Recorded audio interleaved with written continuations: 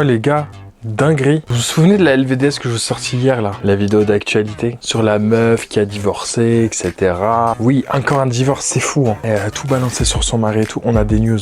Déjà, on a la réponse du mari. En plus de ça, on a des news de la meuf parce qu'il s'est passé d'autres dingueries. Du coup, prenez quelque chose à manger, à boire. Et sur ce, c'est parti. Let's go! La la, la la la la la. La la, la la la la la. La la, la la la la. Déjà, la réponse du mari, il a créé un compte TikTok pour marquer ça. Il a marqué ça. Je voulais pas en parler, mais étant donné les proportions que ça a pris, je vais en parler pour la première et dernière fois. En effet, Nawel m'a beaucoup aidé au début, mais il faut souligner qu'elle savait depuis le départ que j'avais des complications et qu'elle a accepté. C'est pas maintenant qu'il faut venir se plaindre. Ce n'était pas aussi mon but qu'elle finisse en GAV. J'ai été incité et je me suis voulu. Malheureusement, j'étais à bout car je sais comment elle est et comment ça allait finir. La raison pour laquelle j'avais commencé à filmer. Pour finir, oui, j'ai parlé à une fille, c'était bidon. J'aurais pas dû, j'étais vraiment désespéré étant donné que Nawel ne voulait plus rien savoir de moi. Étrange, hein? Là, ça parle de parler à des filles. Wesh, tromperie en plus. Mais attendez, on va creuser déjà. On va lire un peu son explication. Parce que là, il a écrit un roman dans la description. Je vais être clair sur tout ça parce que franchement, ça n'a pas été facile à vivre. Nawel et moi, au début, on a eu des hauts et des bas, mais je l'ai aimé plus fort que tout. Je me suis investi à fond dans notre relation. J'ai fait des efforts, même si je n'étais pas parfait. Mais au fil du temps, la situation est devenue de plus en plus compliquée. Au début, c'était surtout des petites tensions, des malentendus. Je pensais que ça passerait et que ça se réglerait. Mais peu à peu, Nawel est devenue de plus en plus violente dans ses paroles et ses actes. Elle me parlait très mal, avec des mots durs, parfois des insultes. Il y avait cette agressivité constante. C'était comme si je n'existais plus que pour être la cible de sa colère. C'était épuisant, démoralisant. J'ai essayé de discuter, de calmer les choses, mais rien n'y faisait. Elle était insupportable. Il n'y avait pas moyen de lui faire entendre raison. Je suis allé la voir, j'ai essayé de comprendre, de lui expliquer que ce n'était plus vivable. Mais rien n'y faisait. J'ai voulu y croire jusqu'au bout, mais à un moment donné, je n'ai pas eu le choix. C'est à ce moment-là que je suis allé voir la police. C'était ma dernière option. Je ne voulais pas en arriver là, mais je n'en pouvais plus. C'était devenu trop lourd à supporter. Je savais que c'était sa seule manière pour que ça s'arrête, pour me protéger et pour qu'elle comprenne que ce n'est plus possible. Je ne dis pas que j'ai été irréprochable dans cette histoire. Au début, je n'étais pas parfait, loin de là. Mais j'ai travaillé dur pour améliorer les choses. J'ai même sacrifié des trucs, comme l'argent, pour pouvoir financer notre mariage. Parce que je croyais en nous. Parce que je croyais que ça allait marcher. J'ai tout donné. J'ai fait de mon mieux pour être un bon mari, pour construire quelque chose de solide. Mais je me suis perdu dans cette relation toxique. Le manque de respect, la violence verbale, c'est devenu un fardeau. À un moment donné, j'ai juste ressenti un désespoir profond. Je savais plus comment agir, comment avancer. Tout ce que je voulais, c'était qu'elle comprenne que j'en pouvais plus. C'est là que j'ai pris la décision de faire quelque chose pour moi, pour ma santé mentale.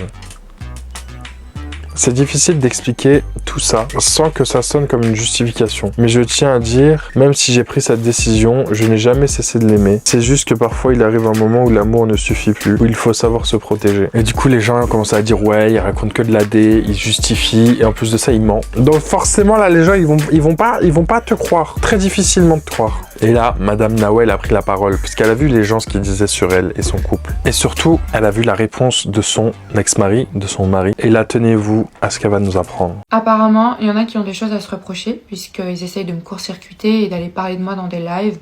Moi, j'ai tout mon temps, donc je vais vous expliquer ce qui s'est passé.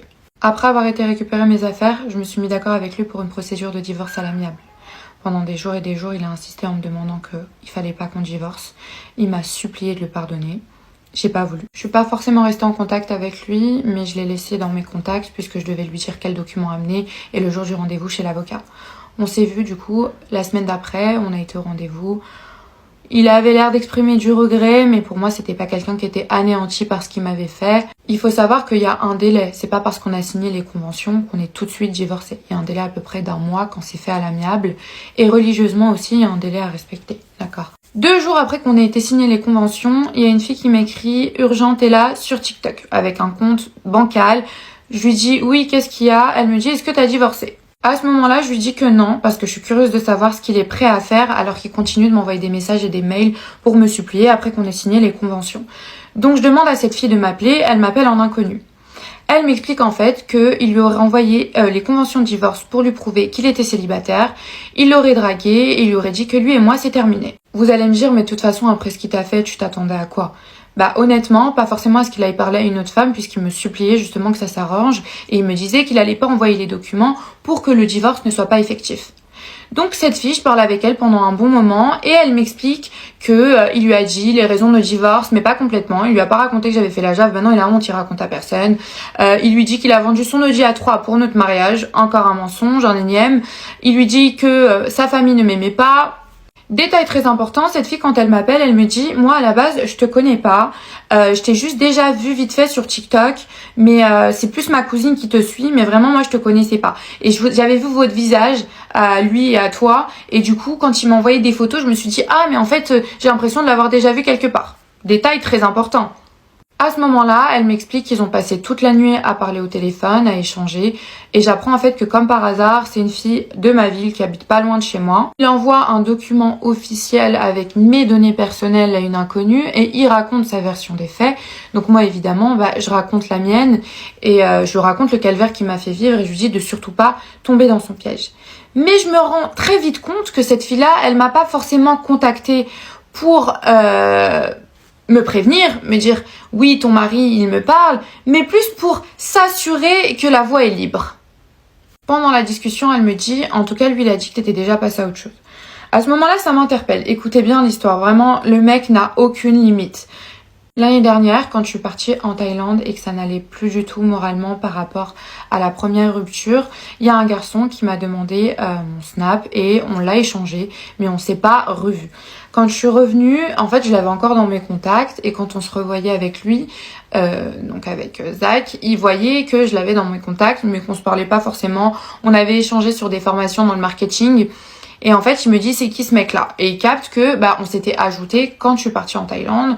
Et je lui dis de toute façon je parle plus et je le supprime. C'est vraiment le seul mec, je pense, de toute ma relation qu'il a trouvé dans mes contacts.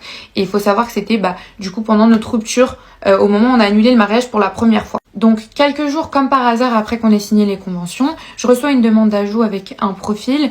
Donc c'était pas l'ancien snap de ce mec-là, mais c'était le même nom, le même bitmoji. Il y avait même écrit business parce que ce mec-là il est dans le marketing et tout, il propose des formations et le score snap il était tout à fait crédible. Et en fait il m'a ajouté et moi j'avais des soupçons mais je lui parlais avec de la distance. Donc il me disait oui tu vas bien, tu deviens quoi depuis? Donc moi je lui ai répondu, je lui ai dit voilà entre temps je me suis mariée, je suis en pleine procédure de divorce. Il me dit ah ouais qu'est-ce qu'il t'a fait? Je le raconte et tout et je vois qu'à un moment ce mec-là, il insiste pour me voir. Genre, il me dit, ça te dit qu'on se verrait, on pourrait même se voir pour en discuter autour d'un verre ou quoi. Et en fait, moi, je réponds pas. Et à un moment, je lui réponds, je lui dis, mais en fait, pourquoi t'insistes autant pour me voir? Enfin, toi, tu deviens quoi? Enfin, depuis le temps, on s'est perdu de vue. C'est bizarre que tu reviennes comme ça, que tu me demandes ce qu'il en est de ma vie, que t'insistes autant pour me voir et tout.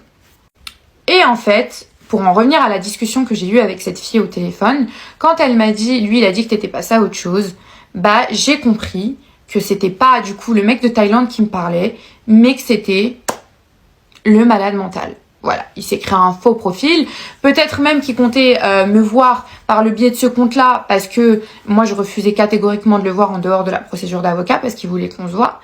Donc on en est là les filles. Voilà, les hommes se créent des comptes fake pour piéger les femmes et pour nous faire passer pour des tanas.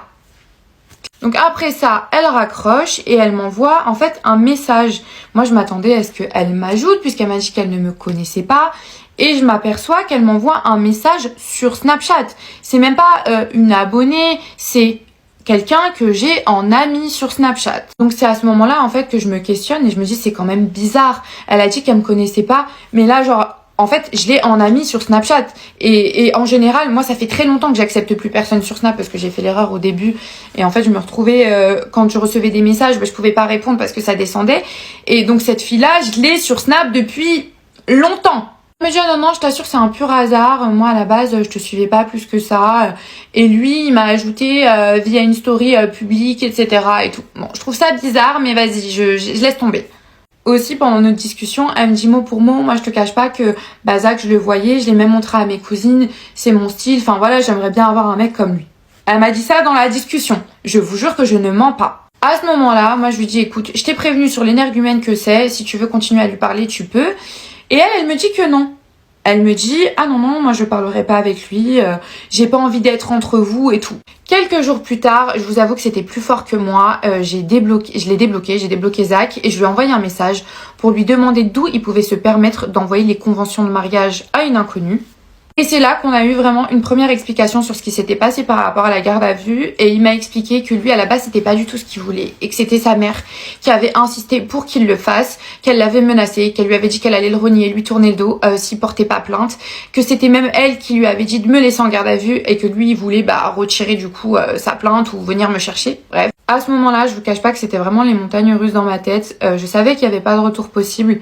Mais je lui parlais quand même parce que j'avais besoin de comprendre. Voilà, couper les ponts d'un coup, alors que cette personne-là, j'ai vécu avec elle, on s'est mariés, enfin on avait plein de projets, c'était dur pour moi. Je lui parlais pas en mode love to love, hein, attention. Je lui parlais, j'essayais de comprendre, je disais que j'étais vraiment traumatisée, etc. Donc on s'est parlé sur plusieurs jours. Lui, absolument tous les jours, il m'appelait, il me disait qu'il était désolé, qu'il allait venir voir mon père, qu'il allait s'excuser, qu'il voulait me récupérer, que j'étais la femme de sa vie. Qu'il a même envoyé des messages à ma famille pour leur dire qu'il était profondément désolé et qu'il les aimait. J'ai pris la décision de divorcer au bout d'une semaine. C'est normal dans un couple et pour une femme d'avoir des moments de doute, malgré le fait qu'il n'y ait pas de doute en fait. Ma famille l'a vu, mes amis aussi, et ils me comprenaient. Ils m'ont dit ça va être les montagnes russes, tu vas avoir des doutes, tu vas vouloir lui pardonner. Parce que surtout lui, il a beaucoup justifié ça par le fait que sa mère lui avait mis cette idée derrière la tête. Et je vous dis honnêtement, je me suis rendu compte que je le connaissais pas, mais de lui-même, il l'aurait jamais fait. De lui-même, il l'aurait jamais fait. Quand on a repris contact et j'étais tellement en colère, je lui ai dit pourquoi tu crées des faux comptes pour me parler, pourquoi tu vas parler à des femmes et tout. Et en fait, il m'a expliqué ça par le fait qu'il voulait me provoquer et que ça vienne à mes oreilles. Et en fait, ça a marché. Et vous allez me dire t'es conne, t'es naïve. Oui, je suis naïve parce que pour moi, c'était tout à fait crédible. Il m'a dit regarde au final la preuve. T'es revenu me parler, t'as entendu que je lui avais envoyé les conventions. Sans ça, tu m'as bloqué de partout, tu voulais que je reprenne contact avec toi, comment ? Donc il me dit, moi voilà, je me suis vraiment servi d'elle pour que justement ça vienne à tes oreilles. Je sais très bien que j'étais quelqu'un qui m'affichait publiquement et que la première fille que j'allais contacter, elle allait venir te voir. Et regarde, au final, ça a marché. Donc voilà, après il a commencé à me dire c'est toi la femme de ma vie, patati. Il m'a bien dit que cette fille-là, il avait arrêté de lui parler depuis quelques jours. Et elle m'avait dit qu'elle ne lui parlerait pas parce qu'elle voulait pas être entre tout ça. Moi, la première fois que je lui ai parlé à cette fille, je lui ai rien dit. Je l'ai pas blâmée. Je comprenais pas la démarche de parler à un homme qui était fraîchement marié, qui était dans des problèmes, en pleine crise de divorce. Mais je lui ai rien dit. Pour pas justement qu'on dise ouais, mais pourquoi tu mets la faute sur la femme alors que c'est ton mec le problème, etc. Je vous assure que la première fois, je ne lui ai rien dit. Ah ouais, à base de faux comptes, à base de machin, à base de bidou chouette, ça commence à parler à une fille et ça sort l'excuse. Non mais je savais qu'elle allait venir te voir. Quoi ? Ça c'est trop facile. Hein. Et le mec il en peut plus. Attends de divorcer, après tu fais ce que tu veux, mais pour l'instant vous êtes encore ensemble. Calme tes hormones. Après qu'il m'a expliqué qu'il l'a purement utilisé pour que ça vienne à mes oreilles, il m'a confirmé qu'il avait arrêté de lui parler et lui et moi on a repris contact pendant 4 ou 5 jours. Il y avait des moments où on s'appelait, des moments où on s'écrivait et des moments la nuit où j'arrivais pas à dormir et je lui expliquais qu'il m'avait profondément traumatisée, que j'allais jamais me remettre de tout ça. Dans la nuit de lundi à mardi, j'ai pas dormi pour pas changer et en fait on s'est parlé et je lui ai dit accepte-moi sur Insta, c'est bizarre, t'as mis une photo de profil, je vois en plus qu'il a son nombre d'abonnements qui a changé. Il m'accepte et en fait pile au moment où il m'accepte, son nombre d'abonnements diminue. Et je lui dis mais c'est bizarre là, pourquoi est-ce que t'as remis une photo de profil? Et il me jure qu'il a pas remis de photo de profil. Il me dit qu'en fait cette fille là, elle l'a suivi à nouveau pour lui demander si ça l'intéressait qu'il se reparle et qu'il lui a répondu que non parce qu'il comptait récupérer sa femme. Et moi je trouve ça hyper bizarre, clairement je le crois pas sur le moment. Et en fait moi à ce moment-là je le croyais pas du tout, à un tel point qu'il a retourné la situation, il a commencé à m'embrouiller, me dire qu'il en avait marre, que j'ai pas confiance en lui, etc. Après ça, j'ai été travailler et en fait, c'était impressionnant la manière dont vraiment il me suppliait de lui pardonner. Il m'a dit même, j'ai pas encore prononcé la formule de divorce. Est-ce que c'est vraiment ça que tu veux? Arrête d'avoir un comportement comme ça et confiance en moi. Tu peux même aller lui demander. Vous voyez la psychologie inversée. Tu peux même aller lui demander, elle te dira. Je sais qu'il y en a plein qui vont me dire cette histoire elle avait pas lieu d'être, t'aurais dû couper les ponts net au moment où il t'a mis en jave. Je comprends pas pourquoi t'as continué à lui parler. Je suis conne, je suis bête, amoureuse, comme c'est dans la continuité de tout ce que j'ai fait pendant ma relation. Imaginez à quel point c'est insultant pour une femme de devoir à chaque fois aller voir une autre femme et lui dire est-ce qu'il t'a parlé. C'est la première fois de ma vie que ça m'arrive. Personnellement, j'ai jamais subi d'infidélité ou autre. Et oui, c'est de l'infidélité. Parce que lui et moi, on est encore mariés. C'est pas parce qu'on a été signé des papiers qu'on est divorcés. D'accord? Premièrement, on est mariés religieusement et on est encore mariés civilement. D'accord? Le divorce, il n'a pas encore été acté. Et donc, je lui envoie un message dans l'après-midi pour lui dire, bah voilà, je voulais savoir si tu continuais à lui parler. Et en fait, elle me répond sèchement, non, on se parle pas, bonne continuation.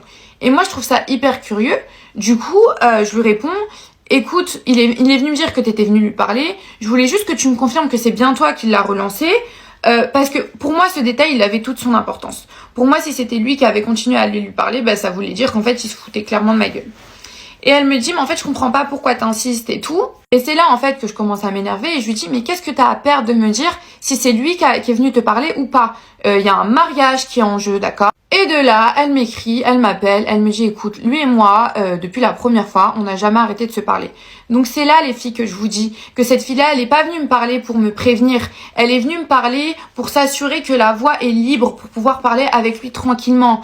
Et quand je vous dis que c'est pas n'importe qui, ça prend tout son sens. Parce que c'était une fille qui me suivait et qui m'avait en amie depuis un bon moment. Elle suivait mon quotidien avec lui. Comme de par hasard, en plus, la fois où je l'ai eu au téléphone, elle me disait, ouais, lui, il est inscrit à quelle salle de sport, etc.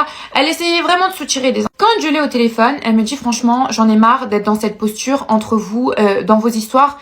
Et là, en fait, c'est là que j'ai pas compris. Je lui ai dit, mais cousine, qui t'a dit d'aller parler à un homme qui est fraîchement marié, même pas encore divorcé? Elle me dit, ouais, mais toi, je comprends pas pourquoi tu continues à lui parler alors que tu m'as dit que vous étiez en pleine procédure de divorce. Mais alors? Et alors, le divorce, il est pas acté. On a eu une relation, lui et moi. C'est normal qu'on soit encore en contact. C'est normal qu'il y ait des choses que je cherche à comprendre. C'est des familles. C'est un mariage qui était en jeu. Genre, toi, tu vas me dire, ouais, mais pourquoi depuis la dernière fois, tu continues de lui parler? Genre, elle m'a reproché à moi. Je vous dis honnêtement, ça me gave de me retrouver face à ce genre de situation où je dois parler d'une autre femme, où certains vont penser qu'on est en concurrence. On n'est pas en concurrence, toi et moi, ma chérie. Moi, j'ai des principes, j'ai une dignité, et jamais de la vie, je me permettrai d'aller parler à un homme qui vient de se marier et qui est en pleine procédure de divorce, d'accord? En plus de ça, t'es pas n'importe qui. Tu me suivais, tu commentais mes stories et je te connais, t'es dans ma ville. On s'est déjà vu, on s'est déjà croisés. Arrête d'aller crier sur tous les toits qu'on ne se connaît pas. D'accord. Et cette fille-là, je lui dis clairement au téléphone que pour moi, bah, elle manque de dignité.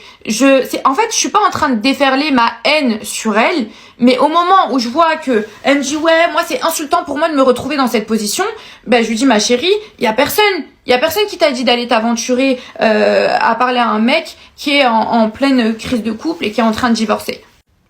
Elle m'envoie les preuves qui se sont parlé, donc je m'aperçois qu'il m'a menti pour une énième fois, qu'ils ont bel et bien repris contact, qu'il appelait en FaceTime la nuit, qu'il s'appelait au téléphone, qu'il lui disait t'as une belle bouche, il l'a dragué, lui demandait des photos, etc. Et ben je vais pas vous mentir que c'est vraiment cette histoire qui a fait que j'ai complètement et définitivement levé le voile que j'avais devant les yeux. Parce que je pensais vraiment, vous allez me dire c'est pas cohérent, mettre une femme en garde à vue, mettre sa femme en garde à vue, c'est ne pas l'aimer. Mais je pensais qu'il avait du respect pour notre relation et qu'il avait vraiment été lui parler pour, entre guillemets, me foutre la haine, me provoquer. Au final, non. Alors que je lui ai envoyé des messages de moi en train de pleurer après ma salade, des messages de moi la nuit, parce que je réalisais pas ce qui m'arrivait, bah lui, il était en train de lui parler, il était en train de la draguer. Je vais revenir sur quelque chose que tu as été dire dans un live ce matin. À aucun moment je t'ai menacé de t'afficher. Je t'ai demandé pourquoi est-ce que quand je te parlais par message sur Instagram, tu supprimais tes photos. Voilà. Au moment où je lui ai envoyé un message sur Insta, mais j'avais remarqué qu'elle voulait pas que je sache qui elle est, qu'elle voulait pas que je connaisse son visage. Je t'ai simplement demandé ça. Je t'ai dit pourquoi tu supprimes, on dirait que t'as peur que je sache qui tu es. Je t'ai jamais menacé et c'est pas dans mes plans d'aller afficher ton visage. Par contre, je l'admets que je voulais savoir qui tu étais, donc je me suis renseignée pour savoir si tu étais quelqu'un de mon entourage, quelqu'un que je connaissais personnellement. Voilà. Et j'ai pu savoir qui tu étais et on a pu me montrer ton visage. Arrête d'aller sur des lives pour parler de moi. Arrête d'essayer de te rassurer comme tu peux en disant que je suis psychopathe, que je suis folle. C'est normal qu'une femme, elle veuille savoir ce que son mari, avec qui elle a vécu 2 ans de relation, va faire 2 jours après qu'on ait signé les conventions de divorce. D'accord. C'est normal que je veuille savoir s'il te parle. C'est normal qu'alors qu'il me demande pardon et qu'il supplie ma famille de le pardonner et qu'il me dit qu'il va venir voir mon père, que je te demande de ce qu'il en est. D'accord. Donc arrête de me faire passer pour une folle. La première fois, je me suis abstenue, je t'ai pas dit qui tu étais, mais clairement, t'es une meuf sans principe, sans valeur et sans dignité. Voilà, je te le dis. Fin d'histoire. Chimchich, tu vas dans des lives te faire passer pour la victime alors que t'as été parlé, t'as continué à côtoyer un homme marié. Oui, il est marié, d'accord. Si toi t'es musulmane, tu sais qu'il est marié, d'accord. En dehors du mariage civil, parce qu'en plus même civilement, l'acte de divorce on l'a pas encore. Chimchich, et tu veux me faire passer moi pour une folle?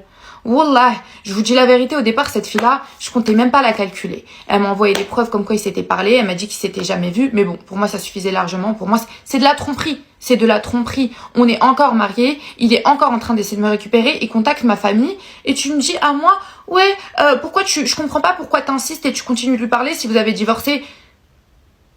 Chimchich, ça me fait vraiment de la peine de devoir donner du crédit à une fille qui m'arrive même pas à la cheville. En fait, si je le fais aujourd'hui, c'est parce que tu vas courir dans les lives pour te victimiser, mais t'as pas honte.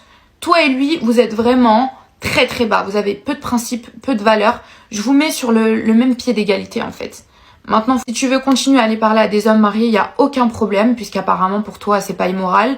Mais juste moi, fous-moi la paix. Et arrête de te faire passer pour la victime. Il faut savoir que quand tu es un personnage public, il faut savoir que dès que ça va plus dans ta relation, même quand ça va, il y a des abonnés un peu trop abonnés qui vont vouloir ta relation. Ils vont vouloir te prendre. Soit ton mec, soit ta femme, ils veulent. Et ils vont tout faire pour y arriver, quitte à raconter de la D ou quoi que ce soit. Hein. Mais voilà, dès qu'ils voient qu'il y a potentiellement moyen, et ben ils vont moyenner. Et du coup, c'est ce qui s'est passé. Et au final, elle a eu ce qu'elle voulait. Hein, parce qu'ils se parlent, ils se machin, ils se truc. Bizarre. Pour ça, avoir des abonnés, c'est bien. D'un autre côté, c'est pas trop bien. Et suite à ces vidéos qu'elle a sorties, elle a commencé à lancer un live et les gens lui ont posé plein de questions. Elle a balancé des trucs sur sa belle-mère, sur la dot qu'il lui a dû et toutes ces petites choses-là. Zahma, ça, c'est le bonus. Jamais passer ne serait-ce qu'un coup de fil à ma mère ou à mon père. Hein. On a accueilli leur fils comme jamais. C'est-à-dire ma mère, vraiment moi j'insiste, je m'en fous, on me dit ouais il faut pas le revendiquer quand tu fais du khil, mais là c'est trop grave, Genre ma famille ils accueillent ton fils comme leur fils, je sais pas, t'es une daronne reconnaissante, t'appelles ma mère, tu lui dis pas merci, jamais un seul appel. Et quand on a découvert tous ces défauts, ils ne nous ont jamais appelés alors qu'on les avait accueillis. Comme des gens, comme des missmoumettes, comme des gens qui font tout dans le silence, je sais pas.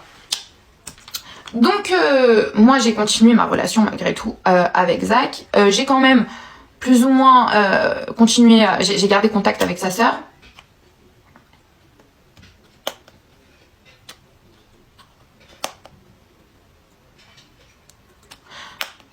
J'ai quand même gardé contact avec sa sœur et on a renoué nos liens en septembre. Je lui ai demandé, comme mon père il était déçu, je lui ai demandé s'il te plaît, j'ai contacté sa mère, je lui ai envoyé un message, je lui ai dit voilà, j'aimerais que ça s'arrange, j'ai un mariage qui arrive, parce que du coup finalement on organisait notre mariage alors que moi j'avais pas de contact avec elle et que mon père il voulait pas, il était pas pour, mais bon il m'a dit après si vraiment tu le sens, bah vas-y marie-toi, mais moi je te le dis je suis pas pour. On reprend contact et tout, elle vient. Donc ça c'est le jour du henna. Donc le jour du henna, on avait convenu, en fait on avait plein de choses à faire et on s'était réparti les tâches avec Zach. On avait mis suffisamment d'argent de côté pour le henna, le halal, le mariage et tout.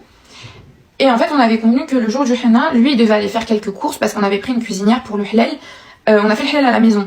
Donc il devait aller faire les courses pour le couscous, pour Tam. Et elle venait d'arriver la veille. Écoutez bien, hein, c'est le premier jour des festivités. Elle m'appelle à 9h pour me dire je comprends pas. Donc déjà, le mec, Zach, il a changé. Il a complètement changé de visage. Il me parle mal, donc c'est ça qu'il est avec sa mère. Il me dit ouais, c'est quoi ça tu me demandes d'aller faire les courses alors que nous, on est genre en mode nous, on est la famille du marié. La famille du marié, normalement, elle fait rien. Il est 9h, je suis avec ma mère, elle est arrivée hier, je crois que j'ai que ça à faire d'aller faire les courses et tout. Sachant que on avait mille et une choses à faire pour nous, de notre côté, pour le henna. Nous, on a tout organisé.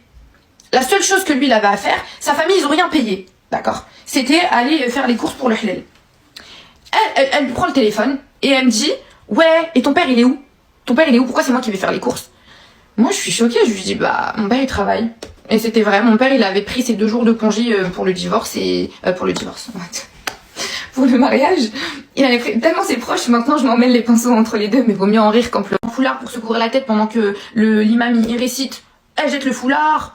Du jamais vu. Wallah al-adim, du jamais vu. Donc moi, je commence à entendre son ton monter. Mon père se vénère. Je tremble. Je me mets à chialer. Genre, je me dis non, genre, c'est pas comme ça que ça va commencer. Après, elle montre aucune empathie pour moi. Hein. Elle me dit, non mais pleure pas. Et genre normal, devant tout le monde, devant toutes les femmes, elle dit, ouais, moi, si ça tient qu'à moi, je l'écrase avec mon pied et tout. Elle dit en arabe, genre, moi je me laisse pas faire et tout.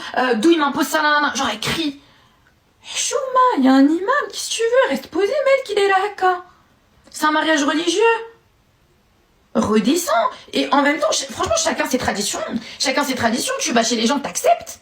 T'acceptes les traditions des autres, t'imposes pas ta vision des choses. Quand bien même son père, il était pas là. Il y avait un ami à lui qui était témoin, qui était là aussi. Donc, pourquoi tu vas imposer ta vision des choses? T'es chez les gens, en fait. Donc déjà, de là, c'était vraiment, franchement, la honte devant tout le monde. Ça faisait à peine même pas une heure qu'on était tous ensemble. Je pleurais.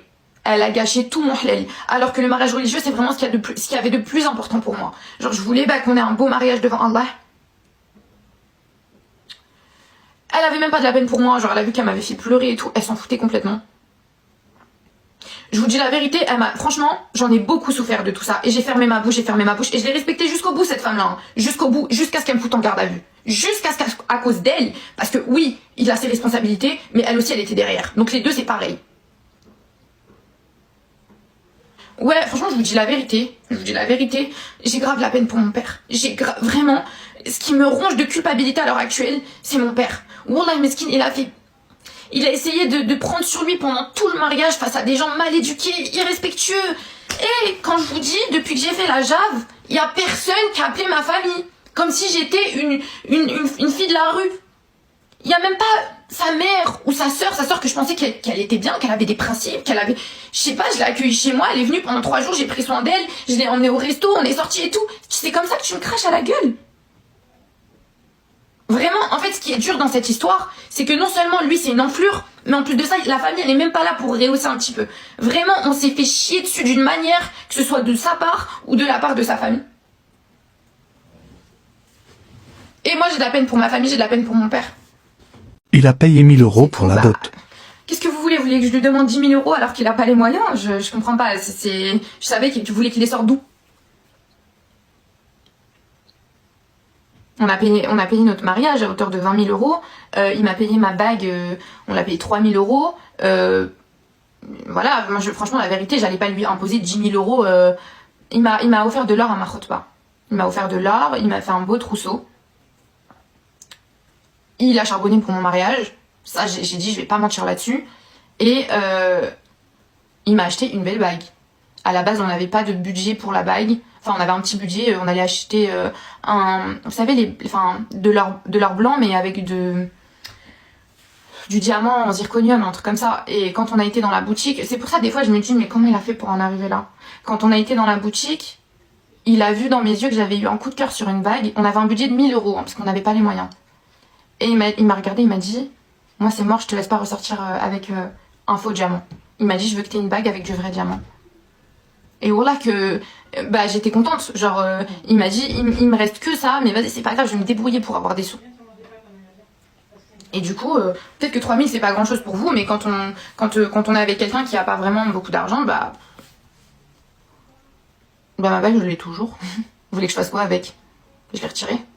En fait, ma bague, le jour où j'étais en garde à vue et qu'ils me l'ont retirée, parce que j'ai pas le droit de garder des bijoux, je l'ai plus jamais reporté. Pour moi, c'était, il me l'a enlevé quoi, c'était fini. Du coup voilà pour cette vidéo, dites-moi ce que vous en pensez de cette histoire. Normalement ça devrait être terminé, je pense pas qu'il y aura d'autres choses. J'espère qu'à la prochaine vidéo ça sera pas un divorce hein, parce que sinon on sera sur le 5e, le 6e, je sais plus trop. Et ça commence à faire beaucoup là, 2025 c'est chaud de fou là, faut se méfier hein. Du coup je vous fais de gros bisous, n'hésite pas à lâcher un petit like, un petit commentaire, ça fait toujours plaisir. J'essaie de répondre à tous les commentaires. On se retrouve demain pour un prochain divorce, une prochaine vidéo. Et sur ce, claim to fame.